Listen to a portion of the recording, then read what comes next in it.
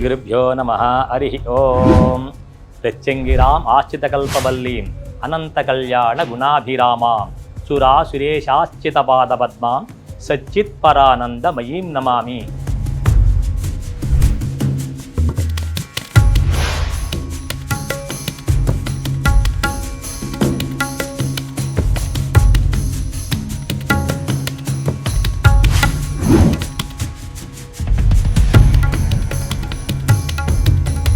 Suman TV ప్రేక్షకులకి నమస్తే.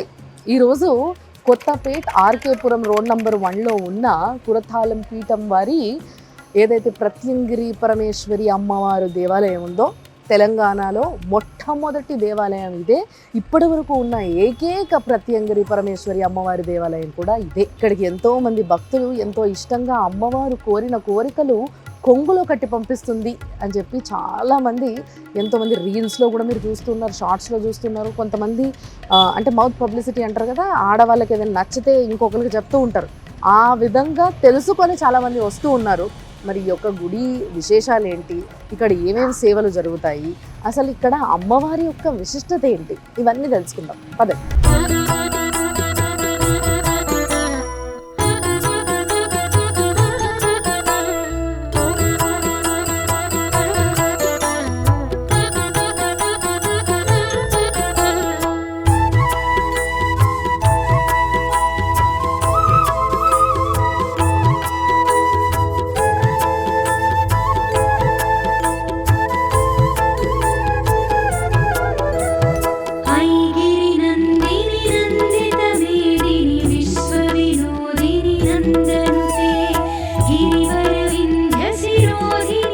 ప్రత్యంగిరి పరమేశ్వరి అమ్మవారు అంటే ఏంటి విశేషం?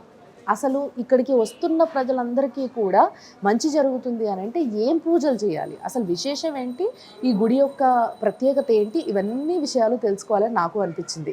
అందుకోసం ఇక్కడికి వచ్చిన తర్వాత కొన్ని విషయాలు అయితే తెలుసుకున్న. కురతాల పీఠానికి చెందిన ఈ యొక్క ఏదైతే మందిరం ఉందో ఈ మందిరం గురించి, ఆ అమ్మవారి గురించి మనకు అన్నీ కూడా విశేషంగా ఏమేమైతే ఇంపార్టెంట్ పాయింట్స్ ఉన్నాయో మనం తెలుసుకోవాల్సినవి ఉన్నాయో అవన్నీ చెప్పడానికి ప్రధాన అర్చకులైన విఠల శర్మ గారు నాతో ఉన్నారు.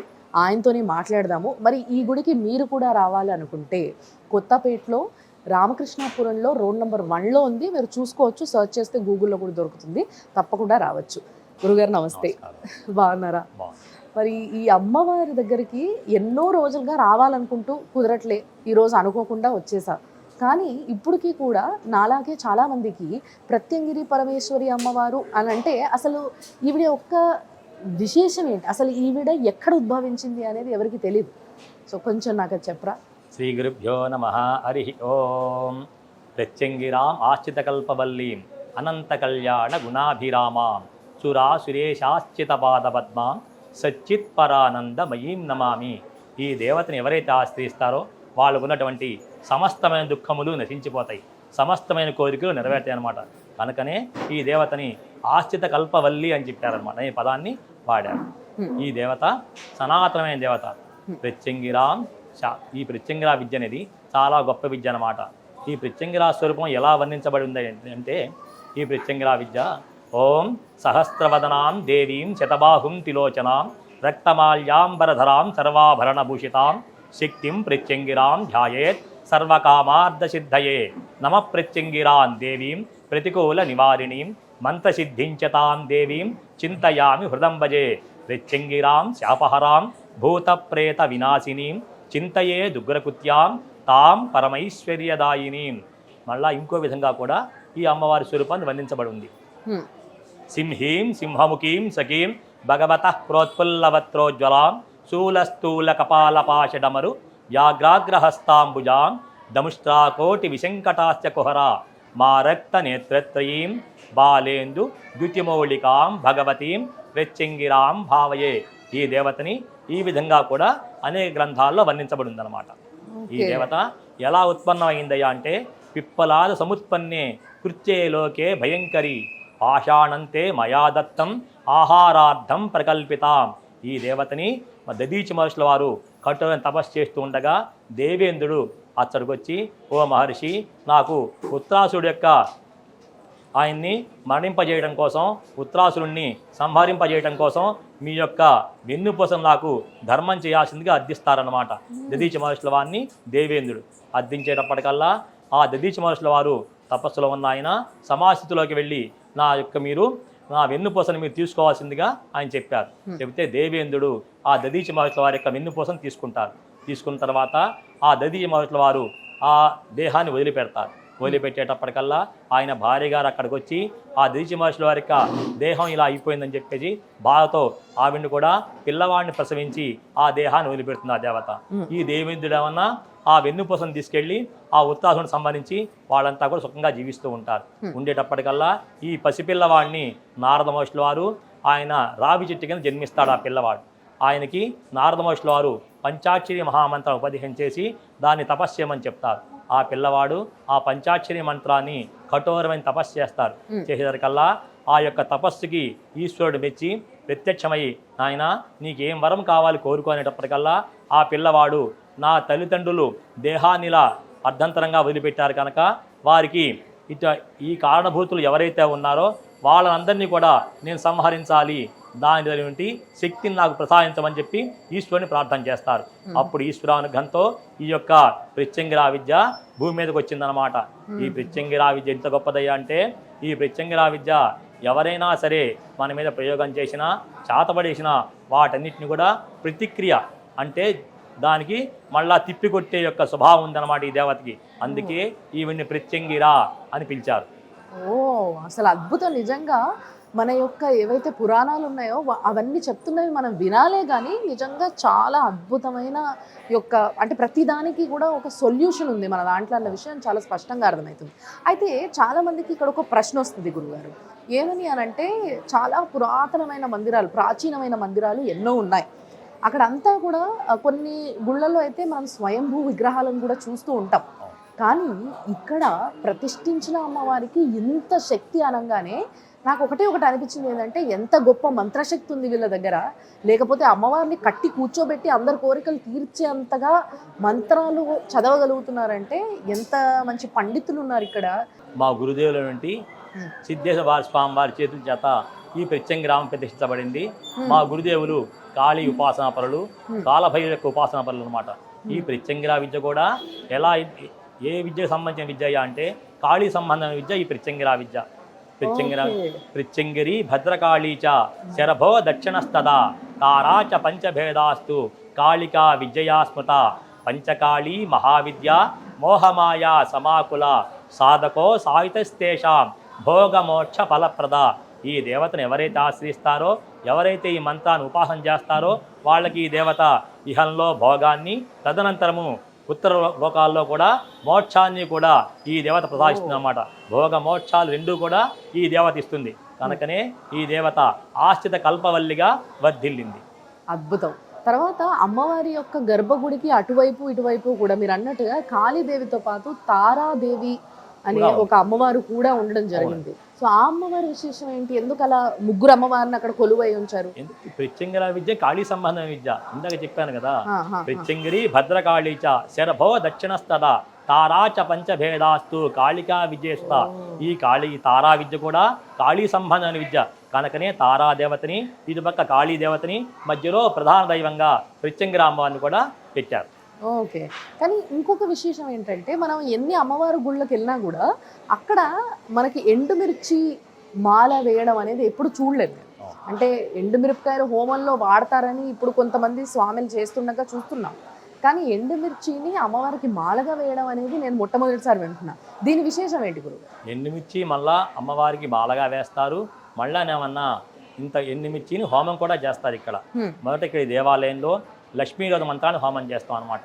మనకు ఉన్నటువంటి విఘ్నాలన్నీ నశించిపోవడం కోసం, ఆగిపోయిన డబ్బులు రావడం కోసం, సుఖంగా జీవించడం కోసం, అన్ని విఘ్నాలు నశించడం కోసం లక్ష్మీ గణపతి మహామంత్రాన్ని హోమం చేస్తాము. ఆ దేవతకి మనం గణపతి గారికి అటుకులు, బెల్లము, తామరి గింజలతో హోమం చేస్తాం. తదనంతరము ఇది అయిపోయిన తర్వాత గురు శుశ్రూషయా విద్య, ఏ విద్య మనకి సిద్ధించాలన్నా గురువు గారి యొక్క అనుగ్రహం ఉండాలి. గురువు లేని విద్య గుడ్డి విద్య అని చెప్పింది శాస్త్రం.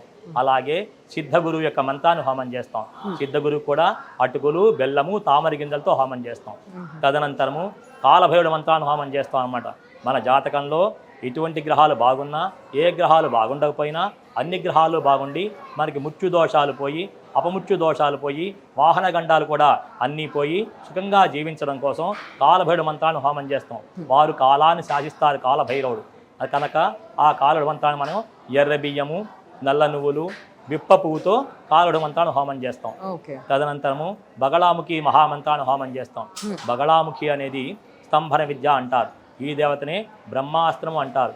బగళాముఖి విద్య కూడా మామూలుగా బ్రహ్మాస్త్రం అంటారు. ఈ బ్రహ్మాస్త్రాన్ని బగళా మేక విద్యాచ షడా సైతాస్మృత షట్త్రింశరక్షరోపేత జగస్తంభనకారిణి. ఈ దేవతనే బ్రహ్మాస్త్రం అంటారు. ఈ బ్రహ్మాస్త్రాన్నే ఇంద్రజిత్తు లంకాపట్నంలో హనుమస్వామి వారిని ప్రయోగిస్తాడు. హనుమస్వామి వారు బందీకుతులవుతాడు. భారత యుద్ధం అంతా అయిన తర్వాత దుర్యోధనుడు కూడా ఆ విద్యతోనే జలస్తంభం చేసి నీళ్లలో దాక్కుంటాడనమాట. ఈ మంత్రాన్ని ఎవరైతే ఉపాసన చేస్తారో ఉపాసన చేసే వాళ్ళకి శత్రువు అనేవాడు ఎటువంటి వాడైనా సరే వాళ్ళకి నోటి మాట ఉండదన్నమాట, కంటి చూపే ఉంటుంది.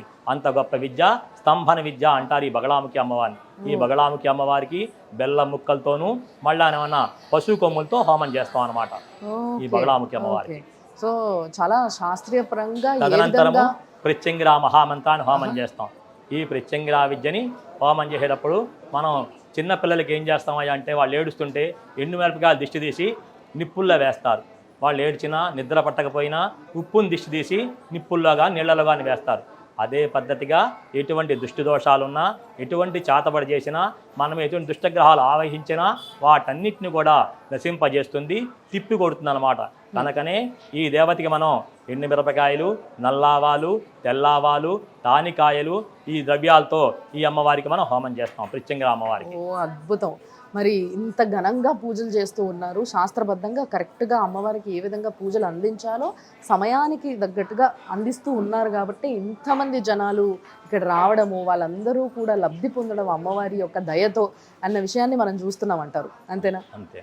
చాలా సంతోషం గురుగారు, మీతో మాట్లాడడం చాలా సంతోషంగా ఉంది. అంతేకాకుండా తెలియని కొన్ని విషయాలు తెలియజేసింది మీరు.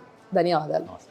మరి ఈరోజు ప్రత్యంగిరి పరమేశ్వరి అమ్మవారి దేవాలయం యొక్క సేవలు, అసలు ఇక్కడ ఈ గుడి యొక్క ఏవైతే ప్రతిరోజు జరిగే విధి విధానాలు ఇవన్నిటినీ కూడా ఇంకొంచెం డీటెయిల్గా తెలుసుకుంటే వచ్చే వాళ్ళు చాలా దూరం నుంచి వస్తూ ఉంటారు ఇక్కడికి. ఎక్కడెక్కడి నుంచో చాలామంది వేరే స్టేట్స్ నుంచి వచ్చేవారు కూడా చాలామంది ఉన్నారు ఇక్కడికి. సో వాళ్ళందరి కోసము మనం ఇక్కడ మునిపల్లి శ్రీనివాస్ గారు అని ఆయన ఇక్కడ ఈ గుడికి సెక్రటరీ, ఆయనతో మాట్లాడి తెలుసుకుంటాం. సార్ నమస్తే.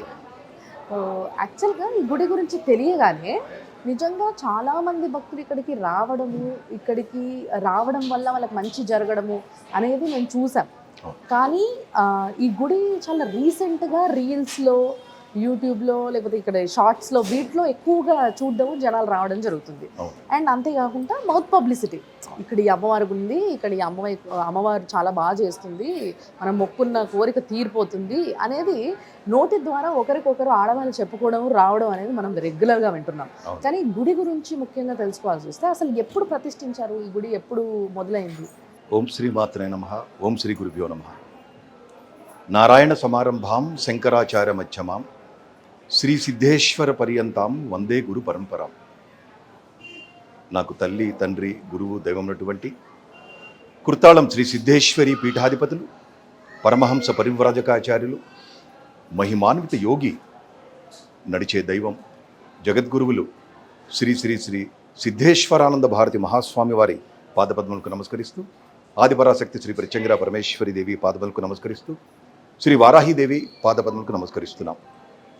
జగద్గురువులు శ్రీ స్వామివారు సుమారు 20 సంవత్సరాల క్రితం ఈ యొక్క మందిరం నిర్మించి ఇక్కడ అమ్మవారిని ప్రతిష్ఠించడం జరిగిందండి. ఆనాటి నుండి నేటి వరకు భారతదేశం నలుమూలల నుంచి, అన్ని రాష్ట్రాల నుంచి లక్షలాది భక్తులు ఇక్కడికి విచ్చేస్తున్నారు. అవకాశం ఉన్న వాళ్ళు ఇక్కడ హోమాలు చేసుకొని అమ్మవారి మహిమ వలన అందరూ సత్ఫలితాలు తీసుకొని వెళ్తున్నారు. ఓకే. మరి ఇక్కడ ఎప్పుడు ఈ ప్రతిష్ఠ అనేది ఎప్పుడు జరిగింది? అసలు సుమారు 20 సంవత్సరాల క్రితం. 20 సంవత్సరాలు అయింది. అవునండి. 20 సంవత్సరాలుగా ఇక్కడ అసలు అంగరంగ వైభవంగా పూజలు, హోమాలు ఎప్పుడు జరుగుతూ ఉంటాయని చెప్పేసి విన్నా నేను. ఇంతకీ ఎలాంటి హోమాలు, పూజలు అసలు ఎప్పుడు ఏ గ్యాప్లో అవుతూ ఉంటాయి? స్వామివారి ఆశీస్సులతో అమ్మవారికి ప్రతిరోజు ఉదయం 6 గంటల 30 నిమిషాలకి అభిషేకాలు, తర్వాత అర్చనలు, అదేవిధంగా భక్తులు చేసుకునే ప్రయోజన హోమాలు ఇవన్నీ జరుగుతాయండి. అంతేకాకుండా ప్రతి మంగళ శుక్రవారంలో రాత్రి 7:30 మరియు అమావాస్య పౌర్ణమి రోజులలో రాత్రి 8:15 అమ్మవారికి విశేష మహా నక్షత్ర హారతుల సేవ జరుగుతుంది. చాలా వైభవంగా జరుగుతాయి. ఎప్పుడెప్పుడు హారతులు మొదలవుతాయని చెప్పి భక్తులందరూ ఇక్కడికి వచ్చి వెయిట్ చేస్తుంటారు. ఎక్కడెక్కడి నుంచో విచ్చేస్తున్నారు. హోమాలు కూడా ప్రతిరోజు ఉదయం 3 బ్యాచ్లు, సాయంత్రం 1 బ్యాచ్ అతి శక్తివంతమైన మహిమాన్వితమైన వారాహి ప్రత్యంగిర హోమాలు జరుగుతాయండి. లక్ష్మీ గణపతి, సిద్ధగురువు, కాలభైరవ, బగళాముఖి, వారాహి ప్రత్యంగిర ఈ యొక్క మూల మంత్రాలతో హోమాలు జరుగుతాయి. అంతేకాకుండా స్వామివారి ఆశీస్సులతో అమ్మవారికి ప్రతి ఆషాఢ మాసంలో శాకంభరి అలంకరణ సేవ జరుగుతుంది. అదేవిధంగా శ్రావణ మాసంలో 1,00,000 గాజుల పూజ సేవ జరుగుతుంది. ఈ గాజులన్నీ శ్రావణ మాసంలో అలంకరించిన గాజులే ఇప్పటిదాకా ఉంచాము. అదేవిధంగా ప్రతి మాఘమాసంలో అమ్మవారి వార్షిక బ్రహ్మోత్సవాలు కూడా ఇవన్నీ జరుగుతాయి. అసలు నిజంగా గుడి కూడా ఎంత కలకలలాడుతుందో, మొత్తం కూడా సార్ అన్నట్టుగా 1,00,000 గాజులతో అలంకరణ జరిగింది. అవునండి. శ్రావణమాసంలో 1,00,000 గాజులతో అలంకరణ జరిగితే అవన్నీ కూడా చాలా రంగురంగులుగా, చాలా అద్భుతంగా ఒక మంచి పాజిటివ్ వైబ్ ఇస్తున్న ఒక మంచి అలంకరణ ఈ గుడిలో చూడొచ్చు. మరి జగద్గురువు గారు, పీఠాధిపతి గారి గురించి ఏం చెప్పాలి? అసలు నిజంగా ఆయనకి ఇక్కడ ఈ గుడిని ప్రతిష్ఠించాలి అనే ఒక ఆలోచన ఎందుకు వచ్చిందో కానీ ఇక్కడ జనాలందరికీ అదృష్టంగా అయింది. అది మీరేమంటారు దాన్ని? నిజంగా ప్రపంచవ్యాప్తంగా భక్తులందరూ చేసుకున్న అదృష్టం కుర్తాలం పీఠాధీశ్వరులు స్వామివారి అనుగ్రహం వల్ల ప్రత్యంగిర సాధన, వారాహి సాధన, కాళీ సాధన, కాల భైరవ సాధన, దశ మహావిద్య సాధన ఇవన్నీ కూడా ప్రపంచవ్యాప్తంగా భక్తులు చేసుకునే అవకాశం కల్పించారు కుర్తాలం పీఠాధీశ్వరులు. ఇవాళ స్వామివారు మన తెలంగాణలో, ఆంధ్రప్రదేశ్లో చాలా చోట్ల ప్రత్యంగిర అమ్మవారి దేవతామూర్తులు ప్రతిష్ఠించడం జరిగింది. గుంటూరులో, నెల్లూరులో, విశాఖపట్నంలో, తిరుపతిలో చాలా చోట్ల, అదేవిధంగా చాలా దేవాలయాల్లో ఆయా కమిటీల వారి రిక్వెస్ట్ మేరకు అక్కడ కూడా ప్రత్యంగిర అమ్మవారి దేవతామూర్తి ప్రతిష్ఠించడం జరిగింది. ఈ మధ్యనే తిరుపతిలో రాయల చెరువు దగ్గర మరకత శక్తి కాళీ క్షేత్రం, అందులో పాతాళ ప్రత్యంగిర, పాతాళ శ్వేత వారాహి అమ్మవారిని జగద్గురువులు శ్రీ స్వామివారు ప్రతిష్ఠించారు. చాలా అద్భుతమైన క్షేత్రం. తిరుచారు నుంచి మరకత శివలింగం విన్నాం కానీ కాళీ అండం నాకు చాలా కొత్తగా. అండ్ మొట్టమొదటిసారిగా మరకత శక్తి కాళీ తిరుపతిలో శ్రీశక్తి పీఠం, అక్కడ క్షేత్రంలో స్వామివారు ప్రతిష్ఠించారు.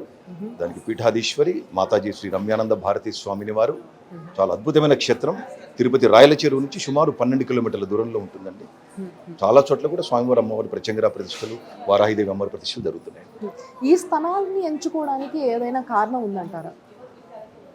ముఖ్యంగా ఈ స్థలాన్ని అమ్మవారి కోసమని ఎంచుకొని ఇక్కడ అమ్మవారిని ప్రతిష్ఠించి ఎంతోమందికి నిజంగా ఇది కొంగు బంగారం అయింది ఈ గుడి అనేసి అంటూ ఉన్నారు. అంటే దానికి ఏమైనా కారణం ఉందంటారా? అంటే ఉమ్మడి ఆంధ్రప్రదేశ్ ఉన్నప్పుడు తమిళనాడు కుర్తాళ ప్రధాన పీఠంలో తర్వాత మన తెలంగాణ అప్పుడు హైదరాబాదు క్యాపిటల్, హైదరాబాద్లో కూడా అమ్మవారి క్షేత్రం నిర్మించాలనే ఒక మంచి ఉద్దేశంతో జగద్గురువులు స్వామివారి ఇక్కడ మందిరం నిర్మించి భక్తులందరికీ కూడా అమ్మవారిని దర్శించుకునే అవకాశం, భాగ్యం కల్పించారు స్వామివారు. సార్ యాక్చువల్గా మన దగ్గరే కాకుండా మన ధర్మాన్ని పాటించే వాళ్ళు, అంతేకాకుండా మన యొక్క అమ్మవారు, మనమంటే ఇక్కడ భారతదేశంలో ఉన్న అదృష్టవంతులం ఈ గుళ్ళన్నీ కూడా దర్శించుకుంటున్నాం. కానీ ఎంతోమంది మన వాళ్ళు విదేశాల్లో ఉన్నారు, వేరు దేశాల్లో ఉన్నారు.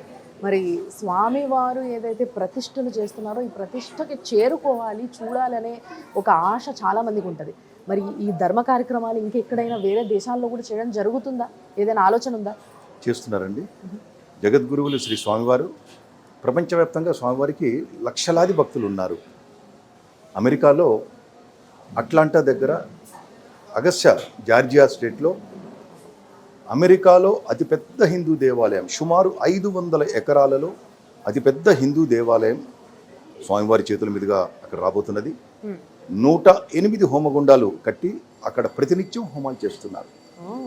అక్కడ 108 అడుగుల ఆది శంకరాచార్య వారి విగ్రహ ప్రతిష్టాపనకి అక్కడ పర్మిషన్ కోసం అప్లై చేశారు. అది కనుక వచ్చినట్లయితే చాలా అద్భుత క్షేత్రంగా అమెరికాలో భక్తులందరూ కూడా దర్శించుకునే అవకాశం ఉంటుంది. ఆ యొక్క మహాక్షేత్రాన్ని కుర్తాల శ్రీ సిద్ధేశ్వరి పీఠ chief operating officer Shri Mocharla Shashibhushan గారి ఆధ్వర్యంలో అక్కడ యొక్క దేవాలయం నిర్మాణం జరుగుతున్నది. చాలా అద్భుతమైన క్షేత్రం. స్వామివారికి అమెరికాలోనే కాకుండా ప్రపంచవ్యాప్తంగా లక్షలాది భక్తులు ఉన్నారు.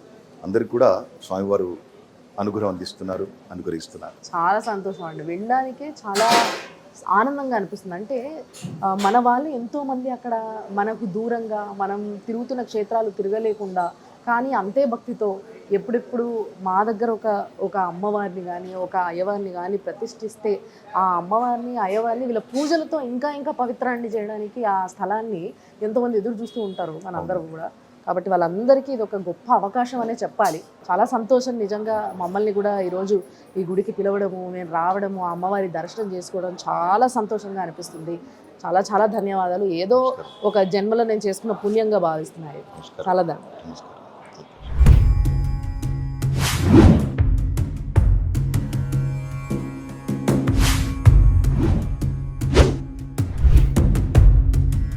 శ్రీ గురుభ్యో నమః. హరి ఓం. ప్రత్యంగిరాం ఆశ్చితకల్పవల్లీం అనంత కళ్యాణ గుణాభిరామాం సురాసురేశాశ్చిత పాదపద్మాం సచ్చిత్ పరానందమయీం నమామి.